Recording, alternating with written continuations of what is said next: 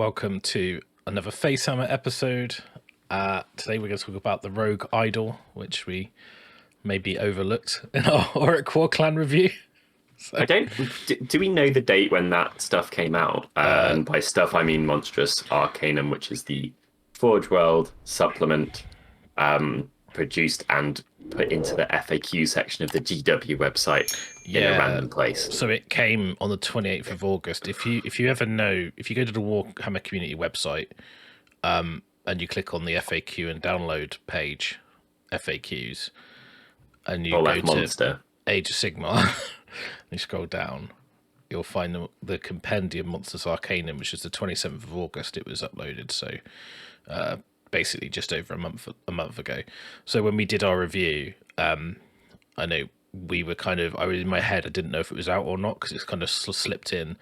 Yeah. And being a place, I've got to be a little bit careful because it might not have been released. So I didn't want to talk about it. But yeah, the Rogue Idol is a thing. You can be used. It's a thing. It's also carried on with its trajectory of gaining in points every single re-release of its rules. I think we started at 370, then maybe it was 390. Now it's 430. 430 points. Yeah, but we obviously it's a monster, so it's got a bonus. I just want to say thanks to everyone who engaged with the ORRUK WarClan Battle Tome show. That went down really well. Yeah, it was amazing. Super high quality interaction as well. Really, really good stuff being said. And lots of comments about the Rogue Idol. So this show is going to be about the Rogue Idol. Fist bump for that. So the War Scroll, it's tucked in amongst, but basically it can be taken in ORRUK WarClans. It's got keyword wise, it's probably important to realize it's got the Bone Splitters, Iron Jaws, and Cruel Boy keyword. Yeah, it has. So it is usable in any of those. Two are way more relevant than the other because more crushers exist and they're incredible, and you can put items on them, and they're heroes, and they can call the war. So the only real bonus I see of a Rogue Idol in an ORRUK WarClans army is the +1 to cast aura, which isn't enough of a reason to really want to take one. Although a lot of their spells do go off an 8, which is very mathematically significant. There is quite a cool thing, which I've noticed just literally before we started recording. So there's a command trait that you can give to an Iron Jaws wizard. So if you give them the Mega Boss, or Maw-Crusher, the hat, they're a wizard. Therefore, you can take the command trait, which is you pick a unit that takes D3 mortal wounds, and you can add that to casting. That can be an enemy unit. It's not optional. You have to do it if you cast. Yeah, you do, always. Which isn't too bad because if you're near the Rogue Idol, you could hit the Rogue Idol, and it's got a ward save. Yeah. So frequently you'll only do 1 wound there, won't you? 2 on average, and a third chance of saving one of them. But getting off Basham Lads, because you get D3 wounds and it gives you that much to cast. And if you've got +1 for the Rogue Idol as well, you could be at +4. Yeah. So getting Basham Lads off, everything with an 18 gets +1 to wound is massive if you're on a war turn and you don't care about being slightly hurt when you go in. Because the Rogue Idol doesn't really get worse until you've taken 8 wounds, 9 wounds even. So it doesn't really degrade very well. So anyway, that's just something I looked at briefly and I was like, oh, there's something there maybe. But I guess we're spoiler, there will be an episode out very soon, which we're going to be recording later about some Iron Jaws. So I guess we can have a little bit of a chat about the nuances there. But I think turning one of your non-wizardy dudes into a wizard is a very, very good option with him, as long as you got the spare artifact. Yeah, and it's super easy to get double Warlord and Iron Jaws. So, but anyway, it's not an Iron Jaws show; it's a Rogue Idol show. No, it's all about the big guy. Yeah. So just go through what he does. He's a movement of 10. He's got 16 wounds, 4 up save, 5 up ward. We already touched on bravery 10, which is neither here nor there, but it's quite good. He's not a hero, which is obviously a bit of a downside. So obviously a pretty decent combat profile. He's got a couple special rules. So avalanche, when he's slain, before removing it, for each unit within 3 inches on a 4+ take D3 mortal wounds. That's both friend and foe. obviously +1 to cast if you're within 6. And you get +1 bravery for ORRUK units where they're wholly within 18. That's actually pretty decent, especially on stuff like brutes and it's not bolt unhelpful at boys all. and things like that. It's actually quite a useful ability.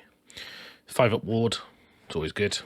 The end of the combat phase, you can roll a dice for enemies within 3 on a 4+ to take 1 mortal wound. It's kind of like chip damage you'll probably forget about, but could add up.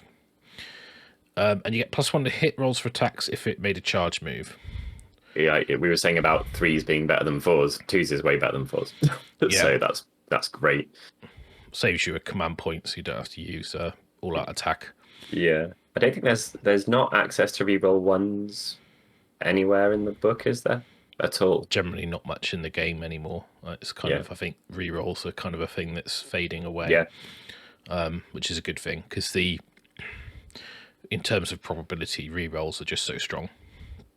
16% improvement or something. Well, it depends on what your base stat is. If you hit on a 6, it's 100% improvement. Also, it's something like that. It's something ridiculous. It's like it's kind of it depends on what you actually hit on, but rerolls. 2-up rerolling ones is. I think you're right. I think it's 16%, but +1 to hit is scalable depending on what your base stat is. Anyway, so I'll go into that. But nerdy even for us. Rerolls are good. There you go. It doesn't reroll. So it's 430 points. Is a behemoth, which is fairly useful. It kind of like fits best probably in Bone Splitters. Because they don't have access to rend, they don't have big monsters. They're slow now as well. Like his base movement value was really useful.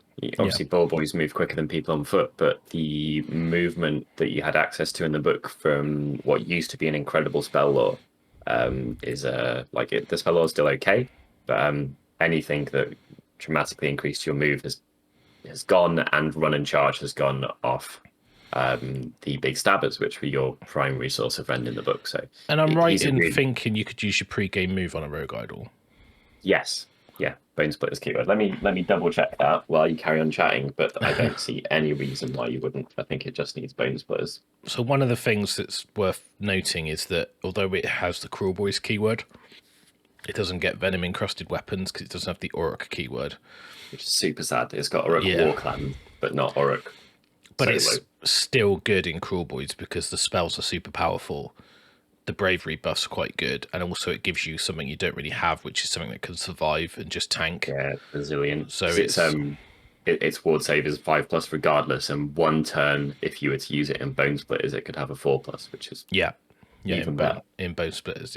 But keyword Bone Splitters for the Tireless Trackers trait. So that's a 5-inch move prior to the game, and there is a big boss trait called Great Hunter, where instead of moving 5, you can move 8. So you could be 18 inches in your opponent's grill on first turn without use of spells or anything like that whatsoever. Even more if you take Alpha Beast Pack.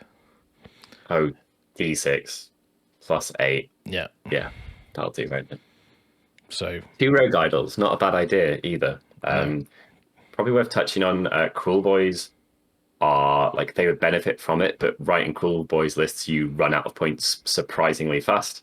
That does not quite happen in Bone Splitters. You run out of hero slots fast, but you don't run out of points nearly as quick because they're incredibly cheap. So I think squeezing 2 in isn't even really much of a squeeze. I think with Cruel Boys, it's like, do you want another Sludge Raker Beast, or do you want and some Bolt Boys, or do you want a Rogue Idol? And I think I'd probably go with the Sludge Raker and the Bolt Boys. I guess it depends whether you're like super coherent army planning, or if you want something that you can just leave somewhere and treat kind of separately. Yeah, I mean the spells are important in ORRUK, so any bonuses to cast are pretty premium, to be honest. So we should talk about, if I've got the right list up here. So we've stolen someone's army list. Well, you did, Byron, so it's your fault. Yeah, I was chatting to Tinsdale recently. I think quite a lot of the lists for Bone Splitters write themselves, and if you are going to be using one of these, it's whether you use 2 of them instead, actually, and that kind of, obviously it has a very large effect on the type of list that you'd be writing. The Bone Splitters are so cheap, though, that you can squeeze a huge variety of stuff around him. So you could make a very fast army, all boars, they run up, they support him, they huddle around. You have the one turn where you pop the 4-up ward, which is your war turn with him, and you kind of pressure people and then grind them out. And he really helps with the grind. Also, rogue idols, their base he's on a surfboard. This is really important actually. So if you put him in frontwards, and you've got some people here and some people here, the contact point that people can get access to on him is minuscule, absolutely tiny. So he delivers a huge amount of damage in that little 1 centimeter circle at the front of his base, and people have got 1 centimeter to hit him back unless you're fighting a lot of reach 2 or 3 troops, which are fairly rare in the game, generally speaking, actually. So you can make this guy survive way longer, and that may indeed make you want to sit on your war, pop it a bit later when he's less protected or something like that. Yeah, and I think it's good. You've got the choice to either put him like you say, lengthways to be big and obnoxious, or the other way to be pointy and slotting in. So an oval base is super useful. It's way better than having a round base. Oh, it's miles different. Let's get nerdy about it. So 4¼ inches / 11 centimeters and 17/6.5 inches. So that's a huge flexibility. I really like oval bases a lot. I cannot express how much love I have for oval bases, especially ones that are particularly extreme ovals like this one. Yeah, so we've got a list here, and it's double rogue idol in Alpha Beast Pack. So it's a lot of aggro movement. Obviously, pop in the Bone Splitter War will give them a 4-up ward, but they've got a 5-up innately. Yeah, there's a Savage Orc Big Boss who's got the +2 to his ward, and then he can, on the war turn, he's got a 2+ ward, and he can go twice against monsters. It's in Icebone, so you end up with bonus mortal wounds. Double check. They get attacks generally for Bone Splitters, and it makes the Boar Boys battle line. Then you've got obviously the Wergog, the Maniac, Weird Knob, and the Wardock. So you've got all your buffs there, your wizards, some more boys. But yeah, it's pretty good. I think it's 136 wounds, which is not too shabby. No, and 4 drop quite a lot. Yeah, quite a lot of them are very high quality wounds from the rogue idols. There's a load of sneaky stuff. I've played a list with one rogue idol at it was Blood and Glory a while back, and you can actually stack casting bonuses pretty effectively. One of the reasons to do that, which is a huge incentive, is the spell from the Prophet, which if you get it on a 10+, so fits a gork, range 24, which is great. One enemy unit within range, roll a number of dice equal to number of models in the unit, each 6 is a mortal wound. If the casting roll was a 10+, that unit suffers 1 mortal wound for each 4+ instead of a 6+. Yeah, that's a very big difference. You don't get to stack the +1 though, because it says any. So the wording on the bonus is add 1 for friendly or wizards while they're within 6 of any friendly models with this ability. Oh yeah, but you've got a Wardock in there as well who can dance, for example. Yeah. So say the rogue idol doesn't stack. I just wanted to clarify in case someone listening got confused by that comment. Worth clarifying that one. That would it wouldn't be overpowered if they had that, because it's a pretty expensive way to get +1 to cast twice. I don't know. 860 points. Well, yeah, but they do other things, right? You're not paying. They do other things, yeah. So, but I think it's super interesting. I don't know whether I would want 2, but it's what the advantage of having 2 is for your battle tactics, because getting 2 models in your opponent's territory, you could do that on turn 1 with your pre-game moves and your bonus splitters move. You didn't throw them away for the sake of. They're still in the way. They're still doing things. Also, contesting an objective. Then obviously, if you kill battle line with a monster, or you kill their monster with a monster, it is so they immediately open up a load of bonus points. And although they can give them away, they're not that likely to. No, they're not too squishy. You can dance them to bring them back to life as well, which is not bring them back to life, but to heal them. Is that from the Wardock? Yeah. Yeah, it's a nice option to have available to you. I think you can dance for +1 to cast, I think all of them are on a 3+. I'll bring it up in a sec, actually. Get to Dance for a casting bonus, dance for D3 heal, and there's another dance which might be... Oh, it's +1 save, which is, of course, a really, really good option. Do you have to pick one of these, or it's just you can just do them whenever? I'm pretty sure his yeah, you just pick what you want to do in each phase, right? So at the start of your hero phase, instead of dispelling or casting, to dispel and end a spell or cast spells, you can say he's doing a dance. Pick a bone splitter models within 12 on a 3+ D3 wounds back, on a 3++1 to save. Pretty decent. Yeah, really, really good. They've got a +1 save spell as well. And then you've got add 1 to cast. So yeah, I would be tempted to have multiple war docs.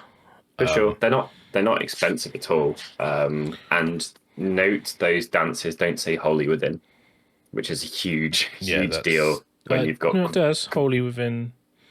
Oh, so it says within 12 for the heal, but wholly within for the save. And within 12... Okay. Yeah, so you can run up the table and just about be behind, and then shout at them. But it's quite nice. It's in your hero phase, so you can move it up, because you could put your war doc on on your deployment line. Pre-game move up, still be within range for the +1 save dance, so then push it forward. Exactly. So, yeah. Interesting. And you can also use the Bone Spirit, right, from the Maniac Weird Knob. Cast on a 7, pick a friendly Bone Splitter unit wholly within range, and to next hero phase add 1 to wound rolls for melee weapons. So that can buff. Puts you on 2s. Yeah, so that's fairly good. Like you've got that buff as well, and I think the Wargog Prophet is an enemy unit. Yeah, he's the mortal wound breath. Oh yeah. He's also got the mask as standard now, which is just fun. I love the mask. Yeah, me too. I'm really glad that didn't get vanillaized. It's always been a super character for one. Just a note for people: you can buy the model, which isn't a bad one, or you can buy the new warband that has someone with a mask on it, and he's made of plastic, and he's awesome. Headcracker, the Gob of Gork. Yeah, I would definitely recommend going in that direction because the model's badass, and the warband's great as well that you get with it. So yeah, he's actually a bone grins as well. So like, yeah, but it wouldn't matter because you've seen the model. But I was just curious whether or not he'd actually be a viable option. But he's not Icebone. He's bone grins. But no, he's got what looks like a very good spell until you realise it buffs just his dudes as well. Slightly unfortunate. I would kind of be tempted to go more into bone grins if you were running this, because I know you get the mortal wounds and stuff, but having the archers I think's pretty good when you've got two things that can basically pin people, or that and they're pretty efficient for their points. So I think there's definitely play there, but they're not too bad. Their bodies. The list that I ran was a rogue idol, a prophet, 2 war docs, savage big boss, 1 unit of Arab boys, 4 big stabbers, which now wouldn't get a look in, and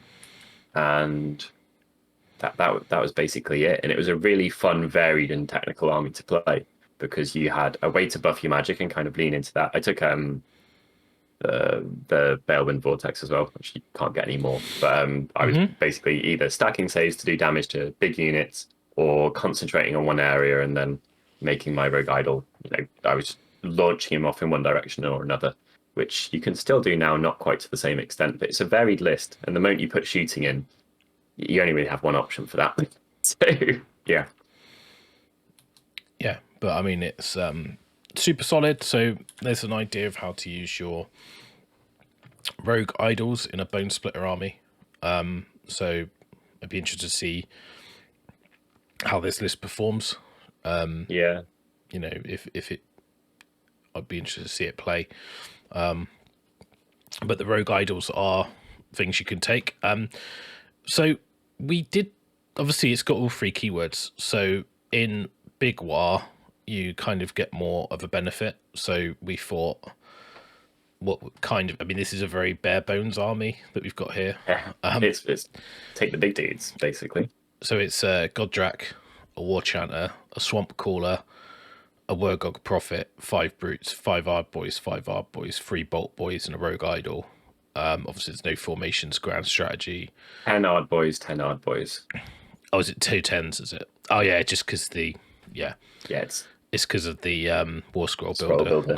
Yeah. So all right, okay. So it's got more wounds in it. So it'd have another 20 wounds. So it's 116. Yeah, good quality wounds as well. Which yeah. we'll touch on. Yeah. I don't love the swamp caller shaming with pot grot. I guess that could be a dancey dude, a war dog. It could absolutely be a dancey dude. Part of the reason he's in there is the obvious change that I think there is to this one, which doesn't lead to it being diversified at all and does the complete opposite, is to swap out the it's a neat swap as well. You go from 1980 points with the crossbows. If you take them out and you put in a mega boss on foot, which is an awesome model and a super fun option, you can wizard hat him as well or arcane tome him. You get some redundancy for if Gordrak goes down and being able to use mighty destroyers and stuff. But yeah, that's a really tasty option. If he's in there and you don't have the bolt thrower boys, then you might as well be Iron Jaws, right? Well, you might as well not have the shaman at the very least. I think. Yeah. I think the good thing about the war chanter, you can put +1 damage on the idol, right? And then you can give it a 3d6 charge. Yeah. Get and beat. Then if you had the war doc, you give it +1 save as well. If you were just like leaning into the idol, Gordrak allows you to issue the same command ability to multiple units, but in Big War, he's not restricted to Iron Jaws, so he's not restricted anyway in any army. It's just that's allies. what I mean. Yeah. But he doesn't have he's not like the Maw Crusher where it says Iron Jaws. No, he can just do the same command ability multiple times to any unit, which potentially is quite good if you wanted to get your all-out defense on both units of our boys and the idol or on himself. So it's good. Obviously you get bonuses from the Big War as well, so it's probably you rack them up well, this list would rack them up pretty fast, I'm confident. Because it's probably the type of list that you play really well, Russ. I think you end up with a very your considerations of where to put what in your front line, and particularly being able to buff multiple things at the same point, that can be very offensive, very defensive, or potentially both, which is obviously awesome. Yeah. So I'll actually put the list up because I didn't have it up, so that was useful. And then I was looking at it on my screen; it just wasn't what you guys could see. So what we're talking about here is Gordrak's ability, Voice of Gork. So it's just friendly units, not Iron Jaws units. So he gets to do that. Obviously, he's pretty good. I mean, he's only got a 4-up save, not a 3-up, which is not great, and he can't have artifacts, but he's still good. Lots of mortal wound output. Now, in terms of Big War, we get 12 is where it starts getting tasty, I think. 12 points. Oh, right, okay, yeah. So you get basically you get 2 points. So you get D6 if your general's on the battlefield. And the good thing about Gordrak, he's a general in addition, so you can have another general and then still counts. Start your hero phase. If there's any war chanters, you do have one, so that's 2. If you've got a bone splitter wizard, you do. We've got the wiggly mask guy, and also the war doc is a wizard.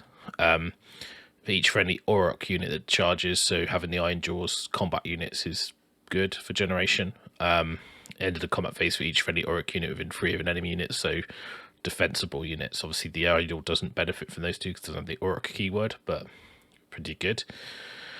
So it doesn't, I don't think you get any benefit from all the abilities on the idol because they're ORRUK units.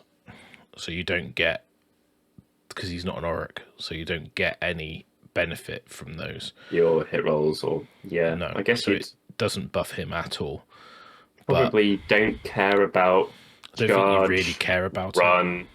or even hit rolls to a lesser degree, because it's so efficient to buff with gore he drop. gets a hit when he charges anyway. Yeah. You can buff his wound rolls and stuff with the spell. If you take like the werebore spell, you can cast that on him because he's got the bone splitter keyword. Yeah. You've So got the main downside is missing out on the wound rolls buff that you get at 20, but yeah, but you don't need it because you can get +1 to wound with the power of the werebore spell. So yeah, just so you can replicate it anyway. But it's quite cool that you get the ward save. You can also Mighty Destroyer. I don't think you can. Oh yeah, that's got the Iron Jaws keyword, so you can Mighty Destroyer it as well to move it around. It's super fast. Like that's really quick in that case. But yeah, you don't get any benefit from the war either because that's ORRUK units. But it's still quite useful. I think it's a bit of a shame that it doesn't really benefit. And if it had the ORRUK keyword, it would be so good because you'd get make a huge encrusted weapons. You'd get all this stuff. So yeah, it's a bit of a we'll have to say like he's not a cheap piece, so maybe that's something that wasn't duplicated. I get like if you were taking one in Cruel Boys, you could see that it would be Venomy. I guess maybe that'd happen at some point in the future. Who knows? Yeah, maybe. I don't know. But yeah, so just an idea, it could go into a big war army. I'm not I find the problem with big war, whenever you write a big war list, there's loads of stuff you want to have to synergize, but there's so much that you can't fit it in, and then you end up specializing, then you might as well be in that whichever you specialize in. Yeah. I think the only time big war kind of comes into its own is if you were like, well, actually, I'll spend less points on like Ard Boys and I'll put more shooting in. But basically, I'm mixing Iron Jaws, Bone Splitter, Chaff Bodies with some combat Maw Crushers and Mega Bosses with shooting from Cruel Boys. So you're cherry picking the best bits. It's endlessly flexible. Like when you get to a certain point and you write a list and you're like, well, you know, not much to change. Then you're like, well, actually, I could change this, and therefore I could change that, and then a load of stuff will still buff other things. So if you did want to leave the Shaman in, drop the Ard Boys down to 5s, and then put a bit more shooting in, you could, or you know, have 2 units of them, or 1/6, which I guess would be fairly tempting. You could almost fit that in a 1-drop as well. Because the is the behemoth, and then you've got it's the monster. Yeah, you've got one too many heroes, but other than that, 2-drop or 3-drop is doable with the majority of lists. It's not often that you'd go above the 5 units that can go in the 1-drop. No, but the other option you've got as well then is to go like Wizard Hat on the War Chanter, and then give him one of the Iron Jaw spells. You give him the wound buff because it's every Iron Jaw unit. So and you could make him the general to do the D3 wounds from the command trait, in addition to Gordrak being the general, because you don't really care about the. I mean, Swamp Caller allows you to do. He could be the general, but he can't take the traits because he's not a killer boss or a breaker boss. So no, you're restricted to the generic traits. Having said that, this is one of the few lists where the generic traits, some of them come into it more than others. So there's the one for re-rolling. This is better on the Wargog Prophet, but there's a generic trait for re-rolling a cast or unbind. You can take the other traits. Which? So if you make the War Chanter your general, you can take the Iron Jaws command trait on him. Because he's an Iron Jaws general. You can take the traits, but I meant that the generic traits are actually tempting in this list. Yeah, I'm just saying you can still take, depending on who your general is. Yeah, you can pick from the Cruel Boy trait or the Bone Splitter trait or the Iron Jaws trait, just because it was a bit unclear. It was always saying you can't take them, but you can. You can't. Some of them can't benefit from the artifacts because of the weird. Because you have to have the right keyword. The book's written, so War Chanters aren't allowed artifacts out of this book. Because they're not a mega boss or a wizard. Yeah, let's put a hat on them. In which case, you can. But they can't. Well, they can't have. You mean command trait? They can't have. They can have artifacts. They can't have command traits. Yes. But if you give them the artifact, that's what I was saying. If you make him the wizard with the command wizard hat, Then you could take the command trait for Ironjaw's Wizards, which gives him the D3 mortal wounds, giving the bonuses to cast. Yeah, because it doesn't say Weird Knob Shaman, it says Ironjaw's Wizard, even though there's only one of them. Yeah. So you get a bit more pull out of those stuff from Big War. So if there was, you did really like the idea of having, one spell from one and one spell from the other. That's one of the bonuses, I think. There's some more generic stuff, which is there's the generator CP on a 5+, which is I think actually has a bit more scope in here, because if you're not going balls deep on trying to make your War Chancer mega survivable, because if he dies, it's not the end of the world. Or stuff like that. Equally, if you put a Mega Boss in, turning him into a wizard, you're not particularly upset about the lack of damage, because all of the rest of your list does damage nicely anyway. So I think it's very flexible, and the lists end up looking fun as well. Like, there's a lot of different elements to it, and if you go to one event and like, I really miss shooting, then you can just put 6 bolt thrower boys in and you'll be fine. Yeah, or cut to Beast Skewer kill bows. Because they're pretty tempting, aren't they? Well, I think there's so many like monsters around, they kind of they answer a problem. They do, and being able to go bolt thrower, rogue idol, or Gordrak, or then both, is enough to probably take down most things. Gordrak's beat stick as well in combat. He's absolutely, especially War Chanted, he is an absolute monster. I think people look at the save and just dismiss him, but actually when you look at the actual damage output, it's pretty insane, especially for mortal wounds, because most stuff he hits is a monster or a wizard or a hero. So you're literally going to be churning out mortal wounds like nobody's business. Huge amounts of damage. Yeah, absolutely. 20 wounds base as well is great. I do really rate Gordrak, especially in Big War. It's nice that he's got a place where he's actually viable now. It's the first time, I feel, really. Yeah, I don't know how I feel about whether or not I might want a unit of something else rather than the 3 units of battle line. I would be tempted to drop the Ard Boys down to 5s. Just, I know it says 5, but they're 10s. But if you drop them to 5, and then you've got 100 and what'd it be like? Because they're actually 170 points for 10, aren't they? So they just have 1/5 and then put in a chunk of Savage ORRUK, just the normal Savage ORRUKs with spears or something. Actually, or you just put Gut Rippers in. So something like that. 180 points. I quite like them for their the -1 to hit thing they can do, which is quite funky, but it's quite cool. Plus they do mortals, which is okay, but to be honest, if you're going for bodies that you need to survive, you just hit the bone splitter ones. But without the war, they're kind of like superfluous. So I think Ard Boys are probably the best choice. Like one Wardock and one Wardock, a Mega Boss on foot, and 30 Savage ORRUKs is a really good home objective base.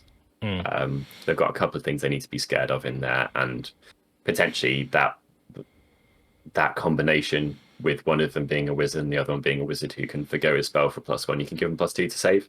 So even if someone's rocking in there with a bit of rend, you could be somewhat survivable with your 60 wounds that are cheap as hell. Yeah. Obviously, like a second War Chanter wouldn't be a bad idea instead of the Swamp Caller, in my opinion, because you could go for +1 damage on Gordrak, but also +1 damage on the Idol. So it's tempting, isn't it? I think a lot of the power of this list are being like, it's so tempting to go balls deep on the offense without considering the defense, because it's fun, and that's kind of what the list does. Obviously, if you hit something hard enough that it dies, you don't have to worry about defense. So maybe that is the approach to go with. Yeah, but there's some ideas. So that tells you about the Rogue Idol, its limitations, what it can do. It's fine. You can take it. It's got some nice synergy. It's probably the most useful in Bone Splitters. I'd say that you're probably unlikely to see it in Ironjaws. Agreed. It's got a place in Big War, and I think Cruel Boys it's a niche choice as well. So it's not going to be a bad choice in any of them, but there's more tempting things, I think, in the other 2 tomes. If anyone's got any lists and thinks otherwise, then pop them down below and we'll happily have a look at them. I've got 3 Rogue Idols, 2 of which are painted, so I could make use of most of the lists you write, I'm sure. Yeah, let us know what you think in the comments below, and thanks for watching, and catch the next show. Cheers, guys. Bye.